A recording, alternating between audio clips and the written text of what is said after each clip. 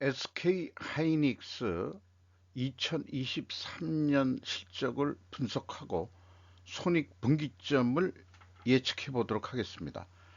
매출은 27% 감소, 영업이익은 173%가 감소해서 영업 손실로 시현이 됐습니다.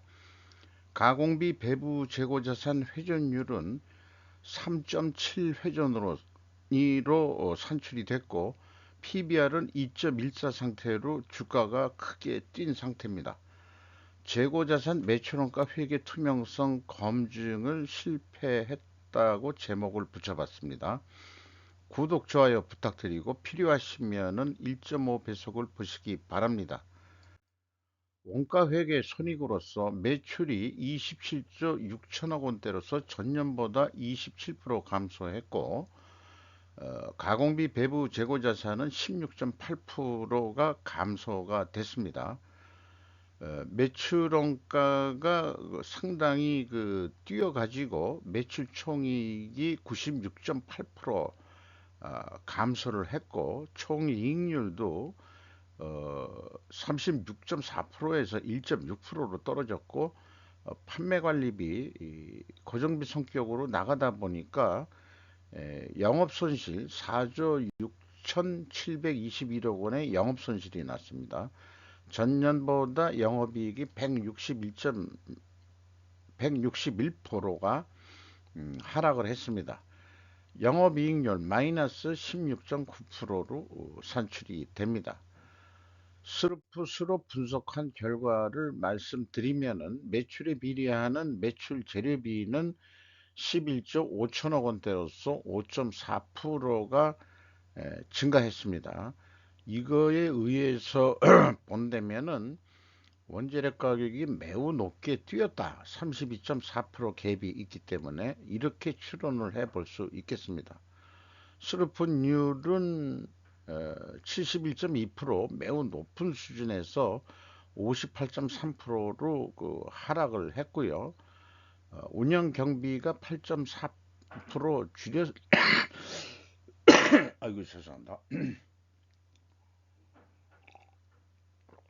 줄였습니다만은 TOE 생산성 0.81로 떨어졌고 영업손실 3조 8천억 원이 났습니다. 원가회계 영업이익보다는 8,630억 원은 이익이 더 낮다고 볼 수 있겠습니다. 이것은 재고자산이 감소했기 때문입니다. 재고자산 내역을 보면은 제품과 제공품, 가공비 배부 재고자산이 7조 4천억 원대로서 전년보다 1조 4,968억 원이 감소를 했습니다. 전년도에는 4조 4천억 원이 증가를 했었어요. 2022년도가 너무 많이 또 증가한 거 아니냐. 2023년도 미래 예측이 잘못돼서 또 많이 생산을 해냈던 거. 이렇게도 좀 해석을 해볼 수 있겠습니다. 그런데 2023년도부터 그 재고자산 명세 공시사항에 재고자산 명세 밑에 표현했던 매출원가로 인식된 재고자산이라는 것을 재고자산 명세표에다가 표현을 해가지고 26조 원 금액을 표시하고 있는데 이게 이 매출원가로 인식된 재고자산의 범위가 어떻게 되는지 그게 궁금해서 그러면은 이게 의미하는 바가 손익계산서 매출 원가하고 비교를 해보면은 매출 원가로 인식된 재고자산이란 금액은 그 갭이 1조 1천억 원이 있다 이거예요. 그러면은 이게 이제 재고자산 명세에서 찾아보면은 재고자산 평가 손실 금액하고 좀 유사를 합니다. 그러나 일치하진 않아요. 그런데 이 갭이 그러면은 그 평가 손실을 주로 제품이나 그 제공품에 많이 하니까 원재료 등에는 평가 손실 금액을 좀 적게 잡지 않느냐. 그 내역도 있습니다만은 그 차이가 아마 그 원재료 등에서도 그 평가 손실 작업을 하는지 요런 차이가 있다는 거죠. 그런데 그러면 또 의문이 들어가는 게 손익계산서 매출 원가가 높게 잡았다는 얘기는 매출 원가로 인식된 재고자산은 아마 그 장부 가격으로 했을 거 아니에요. 평가 손실 금액을 빼고. 그러면 매출 원가를 그 장부 가격으로 안 하고 취득 원가로 했다는 얘기인지 그렇게 또 의심이 들어가요. 그래서 매출 원가를 높게 잡는다는 얘기는 뭔 얘기냐? 그러면은 그 영업이익이 적게 나오게 하기 위한 거 아니냐? 또 이런 생각도 제 수준에서는 그런 이제 생각이 들어간다는 겁니다.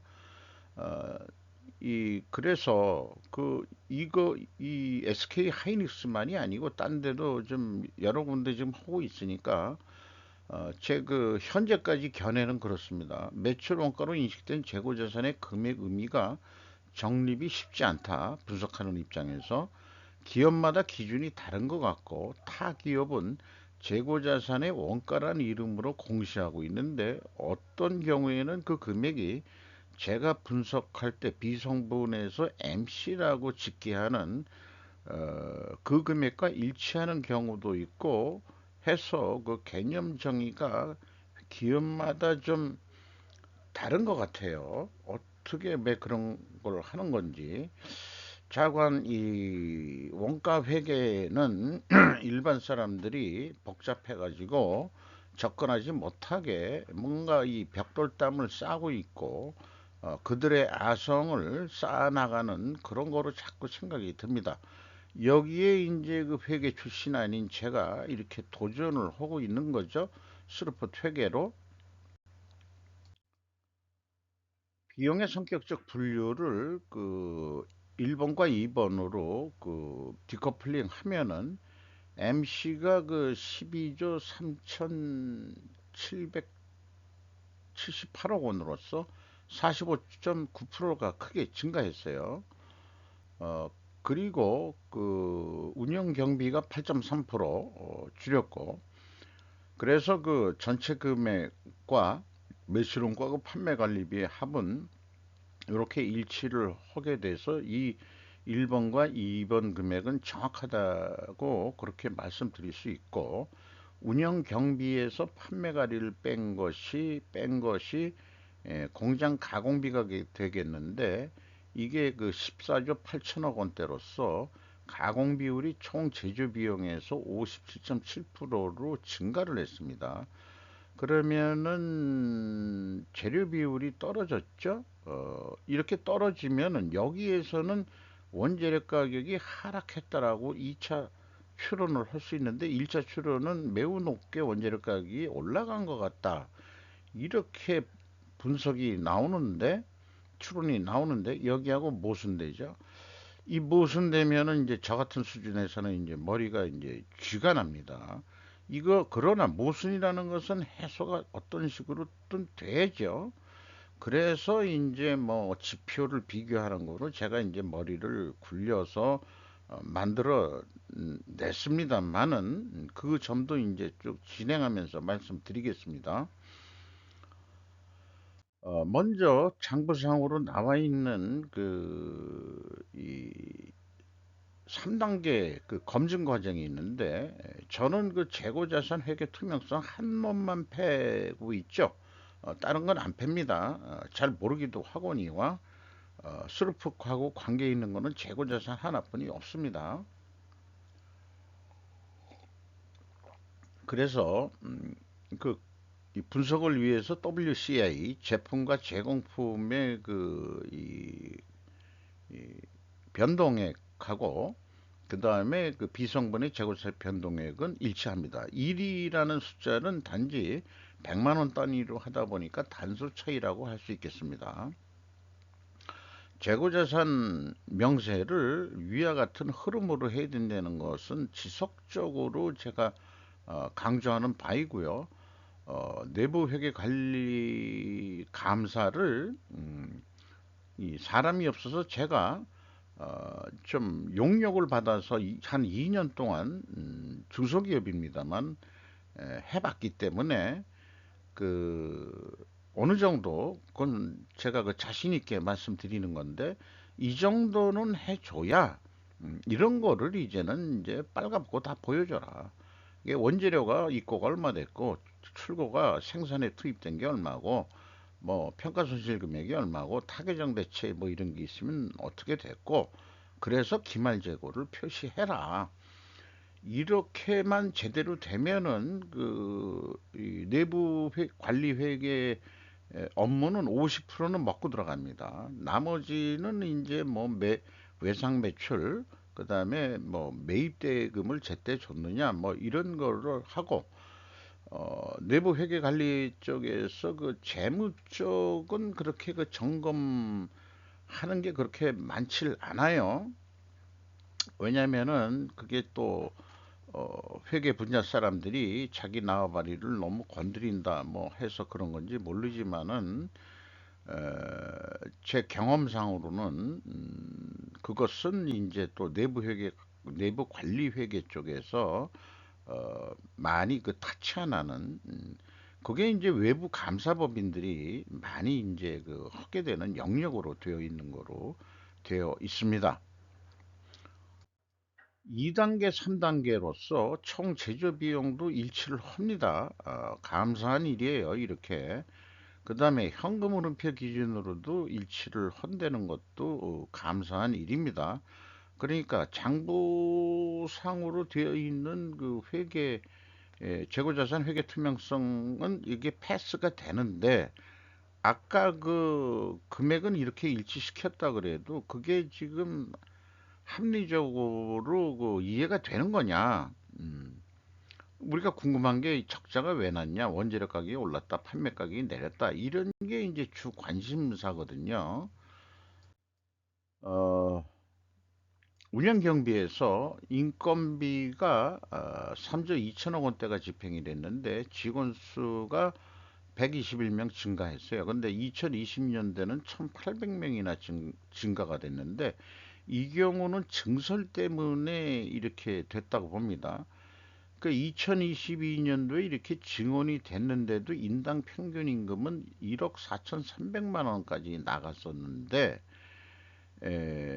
아까 그 재고가 그때 많이 늘었다고 했죠. 생산을 많이 했다는 얘기고 아마 잔업도 OT도 많이 했을 거로 봅니다. 근데 2023년도에는 1억 원대로 떨어졌습니다. 연봉이 거의 뭐 5천 가까이 4천 가까이 떨어졌다 는 얘기는 이거는 제 생각에 본봉이 내려가진 않았을 거예요. 아마 OT 이런 거를 안 하고 그 또 재고를 줄였으니까 생산을 줄였다는 얘기가 되겠죠. 그 재고 줄인 원인 중에 안 팔리니까. 그래서 이 매출 감소보다는 적게 감소를 시켰기 때문에 그래도 조금은 더 돌렸다 이렇게 볼 수 있겠어요. 무려 OT 같은 걸 안 하니까 이 반도체 그 업종에서도 28.3%나 그 이 SK 하이닉스는 인건비가 깎였습니다. 어, 많이 들어가는 돈들을 보니까 이 동력 및 수도 광열비라고 해서 1조 8천억이 나갔는데 19.1% 증가했고 삼성전자에서는 이런 것들을 모두 이 유틸리티비라고 얘기를 하고 있습니다. 어, 이 전기 많이 쓰죠. 그 반도체 공장들이. 그 다음에 이제 스팀도 쓰고, 그 다음에 이제 워터, 물도 쓰고, 그렇게 되죠. 외주 가공비가 0.9% 감소했고, 그 반도체 SK 하이닉스도 외주 가공을 주는 게 있는 모양입니다. 지급 수수료가 5.2% 감소했고, 요게 독특하게 나와 있는 게 개발비 자산화 등으로 해서 3,600억을 줄였는데 이게 우선은 R&D 비용으로 돈을 썼다가 그 중에서 요거는 무형자산으로 우리의 지적재산권이다 해가지고 무형자산으로 넘기는 그런 작업들을 하는 거로 이해가 됩니다.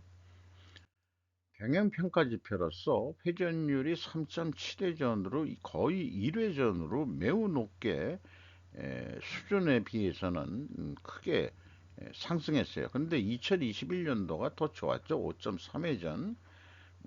재고가 좀 1년간 5.3회점이라면 재고가 사실 많다는 얘기입니다. 스루풋은 13%가량 떨어졌어요. 그러니까 회전율은 올라가고 스루풋율이 떨어지면은 이것으로 비교해서 이제 또 회계 투명성 검증을 하는데 재고 자산에 아, 이 재고 회전율은 매출 원가에 의한 거죠. 가공비가 배부되어 있는 겁니다.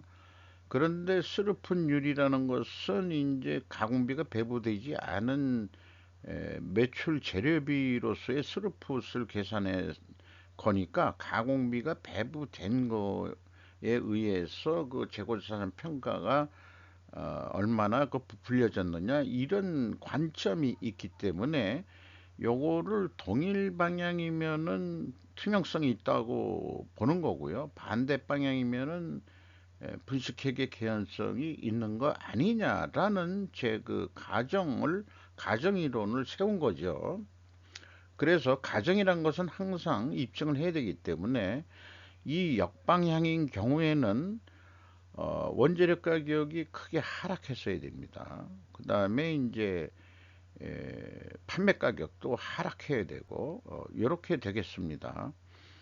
어, 그 다음에 그 레버리지율이 31.8%로 크게 증가했어요. 차입금을 더 늘렸다는 얘기죠. 나머지는 참고해 주시고요.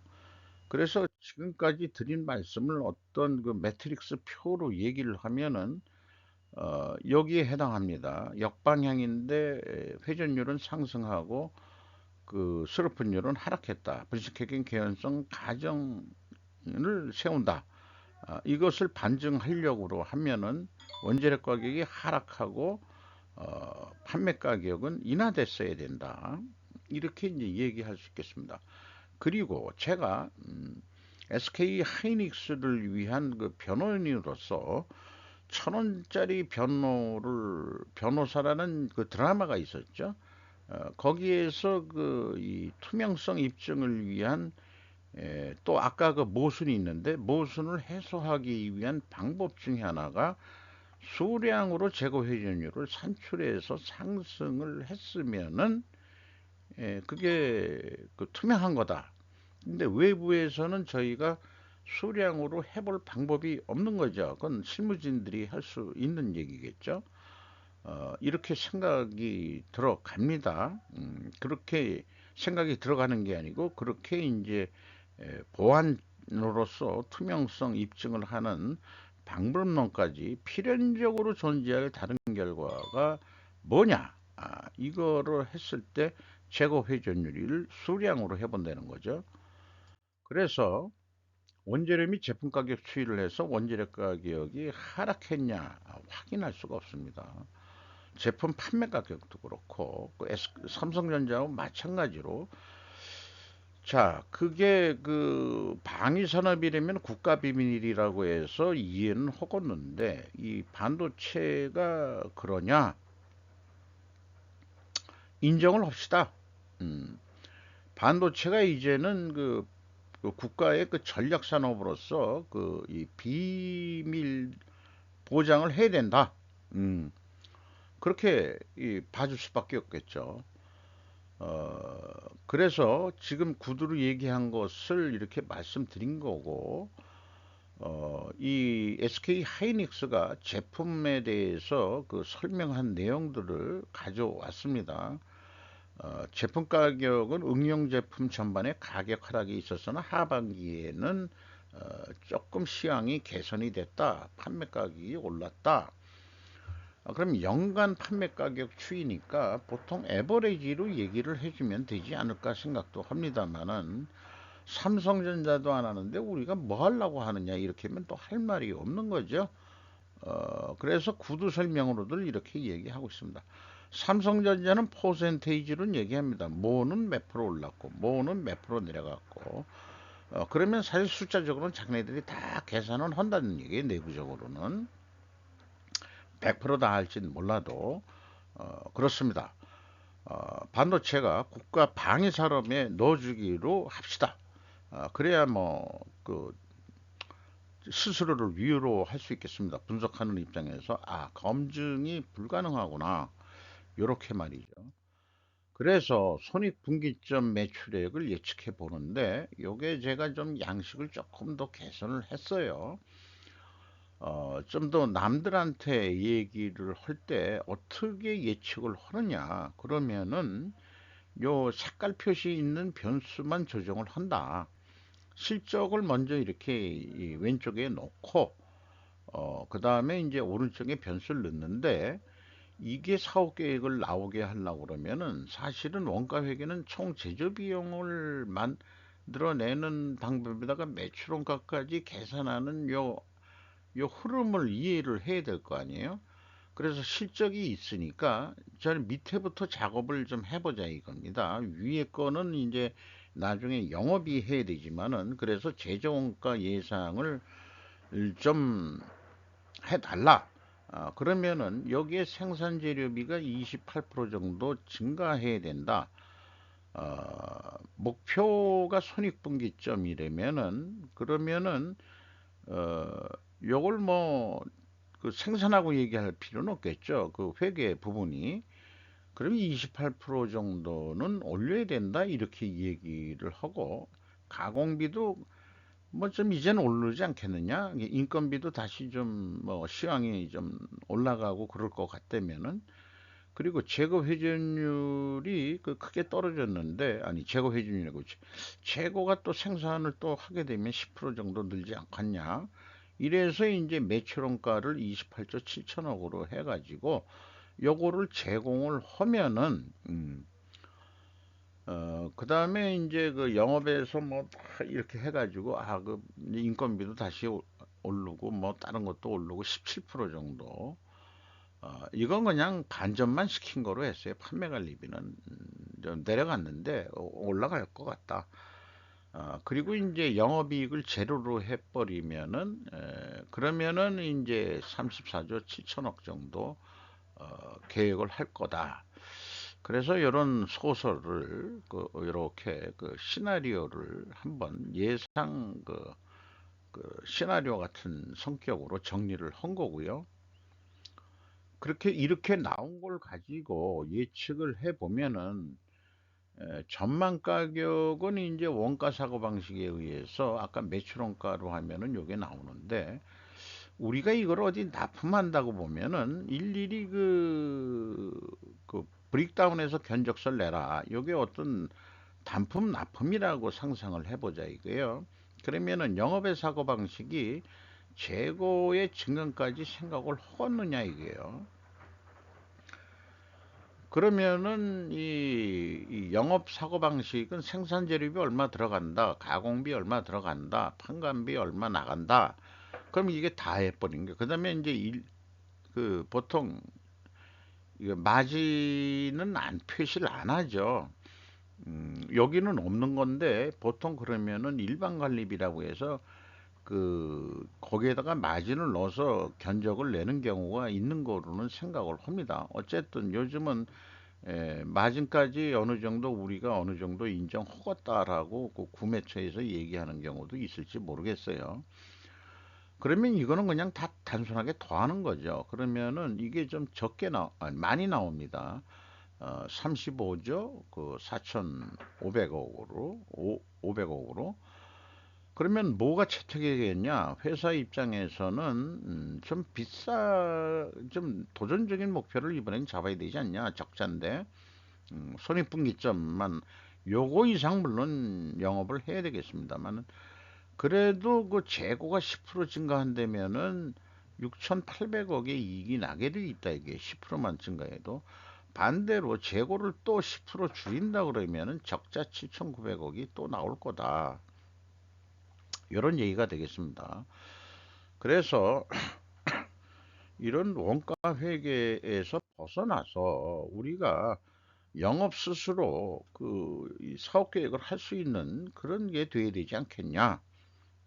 그래서 손익분기점이라는 것은 이 뭐 제조 원가 이런 거 몰라도 되는 거니까 운영 비용이 실적이 8.3% 마이너스였는데 요거를 100% 그냥 전환만 해서 늘어난다고 본다. 그리고 실적 수르푼율은 나온다 이 말이에요. 만약에 그 내부 관리적으로 이 그 그리고 유명 그 석학도 그 요 방 결국은 스루프 방식으로 손익 분기점을 산출한다는 것을 그 고백을 하고 있습니다. 손익분기점 산출은 스루풋으로 해야 된다.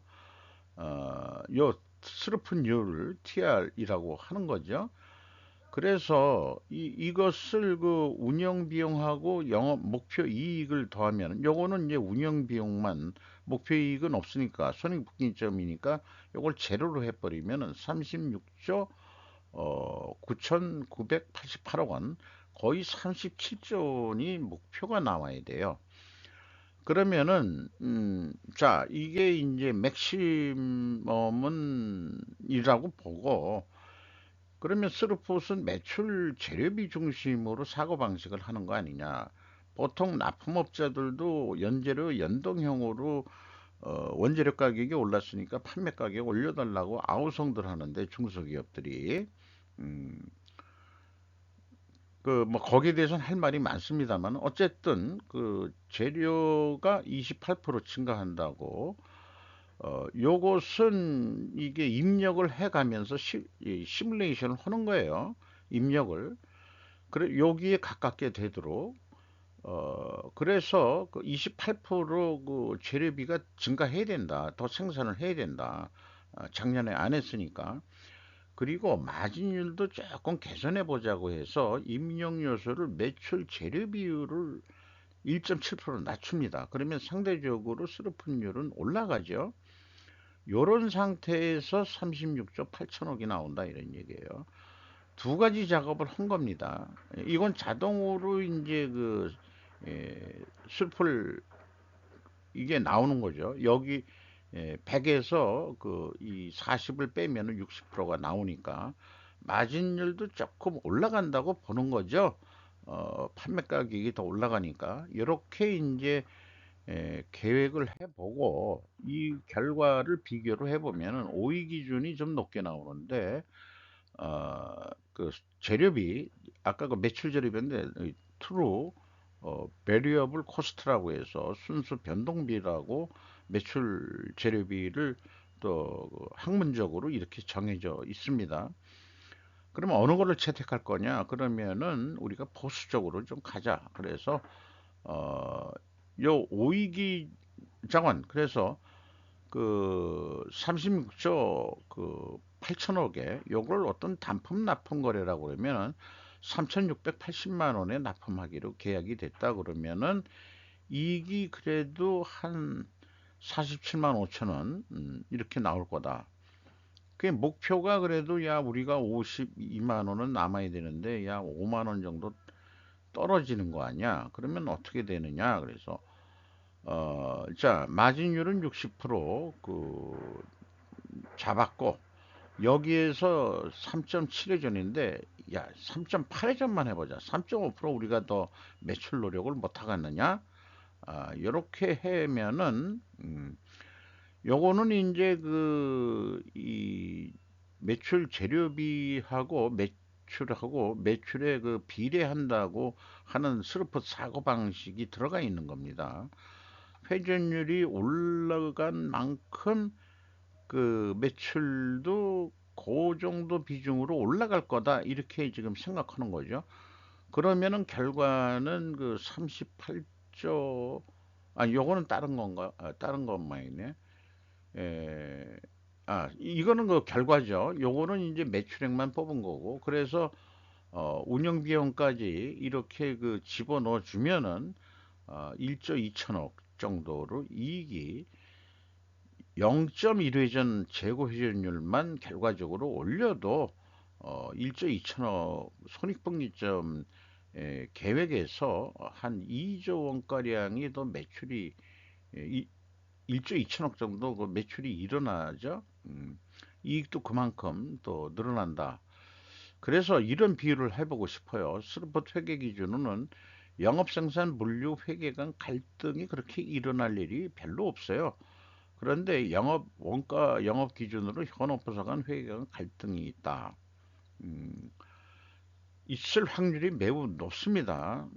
내부 간의 그 갈등이 있어가지고 이해가 관계가 틀리기 때문에 그 제가 많이 쓰는 얘기지만은 보통 그 한 달에 한 번 생산 영업 회의를 하면은 어, 뭐 옛날 또 써먹었던 얘기는입니다만은 그 오랫동안 같이 일했던 그 입사 동기면서도 자기가 생산 공장장하고 한쪽은 영업 책임자가 되면은 그렇게 친했던 사람들이 영업 생판 회의에서는 생판 모르는 사람들끼리 싸움질하는 꼴을 그 겉으로 회의 때 싸울 순 없으니까 보통 하는 게 야, 이 선수끼리 왜 이래 이런 식으로 하게 될 겁니다 아마.